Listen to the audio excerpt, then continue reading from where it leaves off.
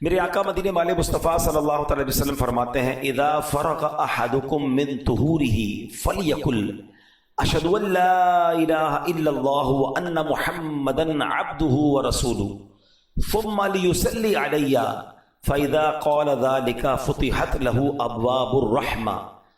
نبی پاک فرماتے ہیں جب تم میں سے کوئی وضو سے فارغ ہو تو اشہد ان لا الہ الا اللہ وان محمدا عبدہ ورسولہ پڑھے، پھر مجھ پر درود شریف پڑھے۔ جب وہ یہ پڑھے گا تو اس کے لیے رحمت کے دروازے کھول دیے جائیں گے۔ تو روزانہ وضو کے بعد یہ کلمہ پڑھنا ہے اور درود پاک پڑھنا ہے۔ میں دوبارہ پڑھ لیتا ہوں، بلکہ مل کر پڑھ لیں۔ اشہد ان لا الہ الا اللہ وان محمدا عبدہ ورسولہ، اور اس کے بعد درود پاک پڑھنا ہے۔ عاصیوں جرم کی دوا ہے درود، کیا دوا عین کیمیا ہے درود، ایک ساعت میں عمر بھر کے گناہ کرتا معدوم اور فنا ہے درود۔ چھوڑیو مت درود کو کافی، راہ جنت کا رہنما ہے درود۔ محبت کے ساتھ درود پاک پڑھ لیں۔ صلو علی الحبیب صلی اللہ تعالی علی محمد صلی اللہ علیہ وسلم۔ اللہ کریم قرآن مجید میں ارشاد فرماتا ہے بسم اللہ الرحمن الرحیم فَأَقِيمُوا الصَّلَاةَ إِنَّ الصَّلَاةَ كَانَتْ عَلَى الْمُؤْمِنِينَ كِتَابًا مَوْقُوتًا۔ آسان ترجمہ قرآن کنز العرفان، تو حسب معمول نماز قائم کرو، بے شک نماز مسلمانوں پر مقررہ وقت میں فرض ہے۔ کیا خوبصورت اشعار ہیں۔ ہر عبادت سے برتر عبادت نماز، ساری دولت سے بڑھ کر ہے دولت نماز، یا خدا تجھ سے عطار کی ہے دعا، مصطفیٰ کی پڑھے ساری امت نماز، آمین۔ تو اے میرے پیارے اسلامی بھائیو، قرآن میں ہم نے سنا بے شک نماز مسلمانوں پر مقررہ وقت میں فرض ہے۔ اس کی تفسیر میں کیا خوبصورت لکھا، تفسیر قرآن سراۃ الجنان میں ہے کہ نماز کے اوقات مقرر ہیں، فکسڈ ہیں، لہٰذا لازم ہے کہ ان اوقات کی رعایت کی جائے، یعنی نماز ٹائمنگ کے اندر فرض ہے۔ اپنی مرضی سے نہیں پڑھنی کہ چلو صبح ساری پڑھ لی، شام بعد میں ساری پڑھ لی۔ نماز کے ٹائمنگ قرآن فرما رہا ہے فرض ہیں۔ اچھا، بعض لوگوں نے یہ بھی سوال پوچھا کیا قرآن کریم میں 5 نمازوں کے وقت کا ذکر بھی موجود ہے؟ یہی سوال ایک مرتبہ سلطان المفسرین حضرت عبداللہ ابن عباس رضی اللہ تعالیٰ عنہ سے پوچھا گیا۔ کسی نے عرض کی کیا قرآن کریم میں 5 نمازوں کے وقت بیان کیے گئے ہیں؟ فرمایا ہاں، قرآن کریم کی 2 آیات میں 5 کی 5 نمازوں کے وقت جمع کر دیے گئے ہیں۔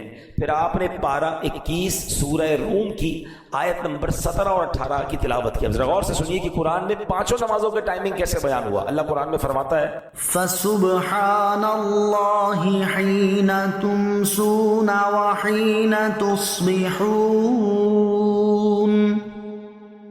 وَلَهُ الْحَمْدُ فِي السَّمَاوَاتِ وَالْأَرْضِ وَعَشِيًّا وَحِينَ تُظْهِرُونَ۔ آسان ترجمہ قرآن کنز العرفان، تو اللہ کی پاکی بیان کرو جب شام کرو اور جب صبح کرو، اور اسی کے لیے تعریف ہے آسمانوں اور زمین میں، اور اس وقت جب دن کا کچھ حصہ باقی ہو اور جب تم دوپہر کرو۔ پھر حضرت عبداللہ ابن عباس رضی اللہ تعالیٰ عنہ نے فرمایا اس آیت میں تسبیح سے مراد نماز ہے، شام کی تسبیح سے مراد مغرب اور عشاء ہے، صبح کی تسبیح سے مراد نماز فجر ہے، جب دن کا کچھ حصہ باقی ہو اس وقت کی تسبیح سے مراد نماز عصر ہے، دوپہر کی تسبیح سے مراد ظہر کی نماز ہے۔ تو سبحان اللہ، قرآن پاک میں 5 نمازوں کے جو اوقات ہیں وہ بھی بیان کیے گئے۔ اچھا، اب وقت کے اندر نماز پڑھنا لازم، ایک بھی نماز کا گزار دینا یعنی قضا کر دینا بہت سخت گناہ ہے۔ بندے کو کیسی مجبوری ہو، جب تک شریعت اجازت نہ دے نماز کو اس کے وقت سے ہٹانا، مثلا یہ سوچنا کہ یار ابھی ظہر میں مصروف ہوں، عصر کے ساتھ پڑھ لوں گا، مغرب اور عشاء ایک ساتھ پڑھ لوں گا، یہ ہرگز جائز نہیں ہے۔ اب ذرا غور کیجئے گا نماز ٹائمنگ میں کتنی ضروری ہے کہ ایک مرتبہ ایک جنگ کا موقع ہے، مسلمانوں اور کفار کی جنگ ہو رہی ہے۔ اچھا، کافروں کو پتا تھا کہ مسلمان نماز کے بڑے پابند ہیں، عصر کی نماز کا وقت ہونے والا تھا، انہوں نے پلان کیا کہ جب یہ عصر پڑھیں گے نا ہم اسی وقت اٹیک کر دیں گے ان پر۔ اب یہ ان کا پلان تھا. اللہ کریم نے حضرت جبریل علیہ السلام کو بھیجا اور سبحان اللہ, اللہ نے کیا خوبصورت طریقہ ارشاد فرمایا قرآن میں. 5ویں سپارے کی آیتیں نازل ہوئیں, اس میں اللہ پاک نے نماز خوف کا طریقہ ارشاد فرمایا, تاکہ جب ایسا معاملہ آ جائے کہ تم 2 گروہ میں بٹ جاؤ اور ایک گروہ جماعت میں شامل ہو, امام کے ساتھ 1 رکعت پڑھے, پھر جو دوسرا گروپ ہے دشمن کے مقابلے میں رہے, پھر پہلا گروہ دشمن کے مقابلے میں آ جائے, دوسرا امام کے ساتھ جماعت میں شامل ہو. یہ ایک پورا طریقہ ہے جو قرآن پاک میں تفصیل کے ساتھ بیان کیا گیا. اب یہاں اندازہ لگائیں کہ نماز کو وقت کے اندر پڑھنا کتنا ضروری ہے. حالت جنگ میں بھی ظہر اور عصر یا مغرب اور عشاء ملا کر پڑھنے کی اجازت نہیں دی گئی.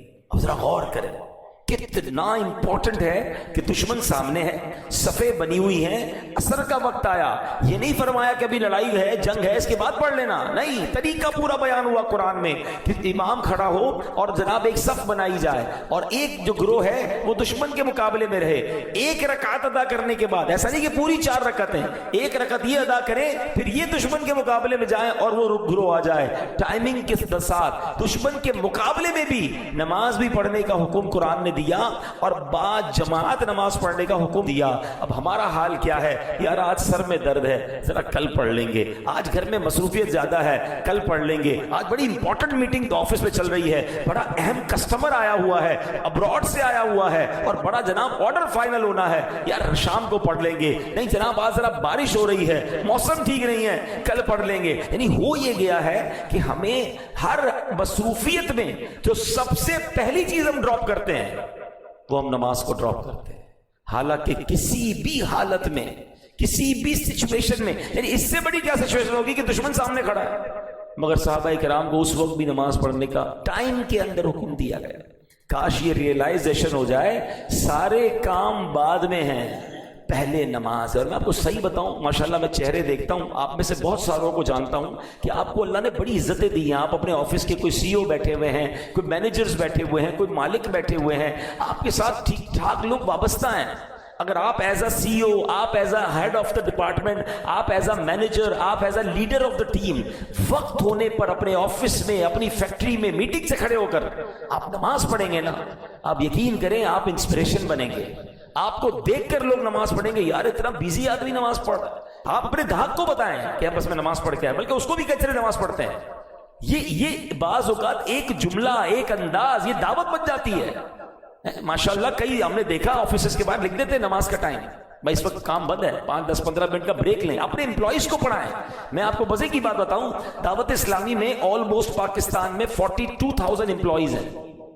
42,000 امپلائیز والی کمپنی, شاید یہاں پر کوئی بھی نہیں بیٹھا ہوگا اتنی بڑی کمپنی کا اونر, ٹھیک ہے.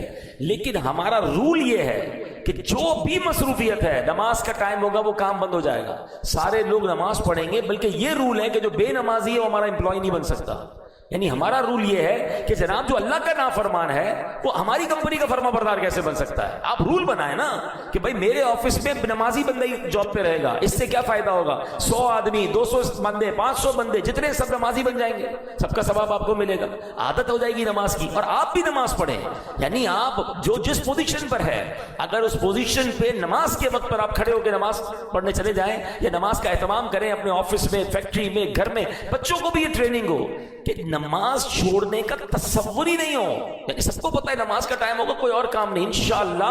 اور میں آپ کو صحیح بتاؤں, آپ نمازی بنے, ہمارے بچے نمازی بنیں گے. ہم تو ڈیلیبریٹلی اپنے بچوں کو ایک تربیت دے رہے ہیں, انفارچونیٹلی بتا نہیں رہے, مگر ایک ٹریننگ کیا دے رہے ہیں کہ ہر جمعے کو ابو نماز کے لیے جاتے ہیں, تو اب بچہ بھی جمعے کو ہی آئے گا. میرے آپ کے مرنے کے بعد بھی جمعہ ہی پڑے گا, کیونکہ اس نے دیکھا ابو تو ہر جمعے کو ہی مسجد جاتے ہیں, اس کے بعد تو برابر رمضان میں جاتے ہیں. یہ پوری ٹریننگ ہم ڈیلیبریٹلی دے رہے ہیں اپنے بچوں کو, اور ہمارے مرنے کے بعد بھی جمعہ ہی پڑھیں گے. تو آج ہم نے سنا کہ ایٹ اینی کاسٹ نماز قضا نہیں ہوگی. مفتی امجد علی اعظمی صاحب جنہوں نے بڑی کمال کی فقہ کی کتاب لکھی بہار شریعت, آپ نے اس میں ایک مسئلہ لکھا کہ اگر بندہ کشتی میں جا رہا ہے, کشتی اللہ نہ کرے طوفان کی نظر ہو گئی, ٹوٹ گئی, ایک بندے نے تختہ پکڑ لیا, تختے پہ بڑی مشکل سے بیٹھ گیا. اب اگر اس تختے پر بھی نماز کا وقت آئے گا تو اس حالت میں بھی اس پر نماز پڑھنا فرض ہوگی. اس سچویشن میں بھی نماز معاف نہیں ہے. لیکن ہم ہر چھوٹی سی سچویشن پہ، چھوٹی سی مصروفیت پہ چھوٹا سا ایکسکیوز لے کر سب سے پہلے نماز کو چھوڑ دیتے ہیں۔ اب نیت کر لیں ہم ایسا نہیں کریں گے انشاءاللہ۔ صاحب بار شریعت کی بات ہو رہی تھی مفتی امجد علی اعظمی صاحب کی، تو آپ کی زندگی کا ایک واقعہ آپ کو سناتا ہوں۔ ایک بار آپ بیمار ہو گئے تھے، بیماری کی وجہ سے آپ بے ہوش ہو گئے اور طویل بے ہوش رہے، دوپہر کو بے ہوش ہوئے، ظہر کی نماز کا وقت چلا گیا، عصر میں آپ بیدار ہوئے، جیسی ہوش آیا پہلا سوال یہ کیا کہ ظہر کا وقت باقی ہے؟ تو کسی نے بتایا حضور ظہر کا تو وقت چلا گیا ہے۔ آپ کی آنکھوں سے آنسو نکلنا شروع ہوا۔ کہا حضور کہیں درد ہو رہا ہے، دوبارہ تکلیف ہو رہی ہے؟ کہہ رہے اس سے بڑا درد کیا ہوگا، اس سے بڑی تکلیف کیا ہوگی کہ میری ظہر چلی گئی۔ تو انہوں نے کہا حضور آپ تو عالم دین ہیں، آپ کو تو مسئلہ پتہ ہے کہ بے ہوشی کے عالم میں اگر وقت گزر جائے تو اس پر پکڑ نہیں ہے، اس پر گناہ نہیں ہے، یہ نماز قضا ہوئی مگر آپ کے ہاتھ میں نہیں تھا۔ آپ فرماتے تو مجھے پکڑ کی بات کر رہے ہو، میں تو اس بات پر افسوس کر رہا ہوں کہ وقت مقررہ پر دربار الہی میں حاضری سے محروم رہا۔ مقررہ ٹائم تھا، اس وقت پر میں اللہ کی بارگاہ میں حاضر نہیں ہو سکا، مجھے اس کا افسوس ہو رہا۔ یعنی یہ وہ لوگ تھے کہ جن کے اختیار میں نہیں تھا، بیماری کی وجہ سے بے ہوشی کے عالم میں نماز کا وقت چلا گیا، اس کے باوجود تکلیف ہے۔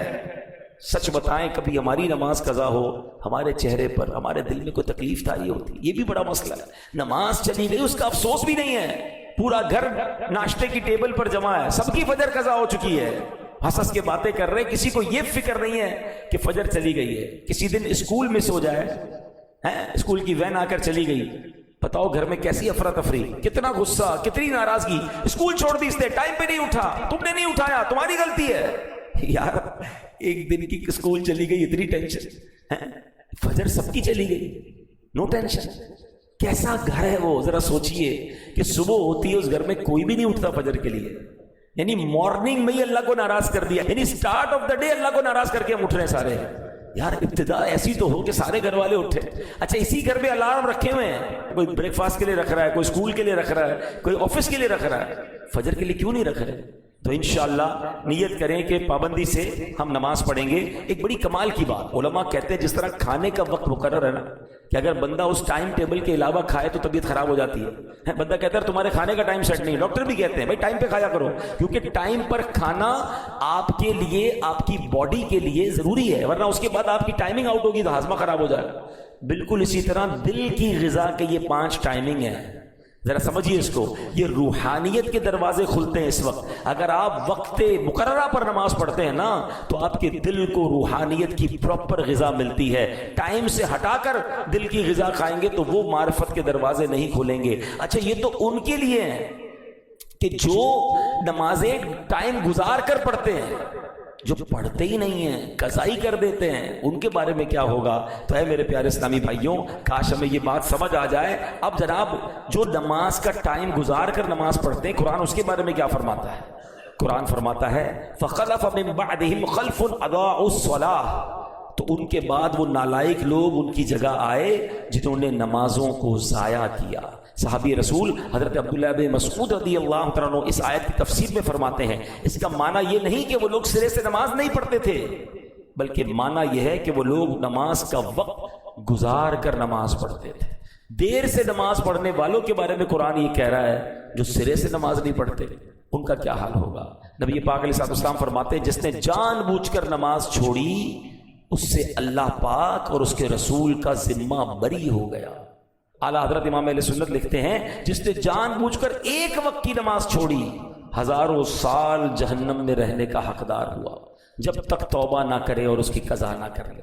تو اے میرے پیارے اسلامی بھائیو، ہم نہیں سہ سکتے جہنم کا عذاب، ہمیں اللہ کی محبت میں، اس کی اطاعت میں 5 نمازیں پابندی سے پڑھنی ہے۔ منقول ہے بروز قیامت نمازوں میں سستی کرنے والا اس حال میں آئے گا کہ اس کے چہرے پر 3 لائنیں، 3 سطریں لکھی ہوئی ہوں گی، اے اللہ کا حق برباد کرنے والے، اے اللہ کے غضب کے ساتھ مخصوص، جس طرح دنیا میں تو نے اللہ پاک کا حق ضائع کیا اسی طرح آج تو بھی اللہ پاک کی رحمت سے مایوس ہو جا۔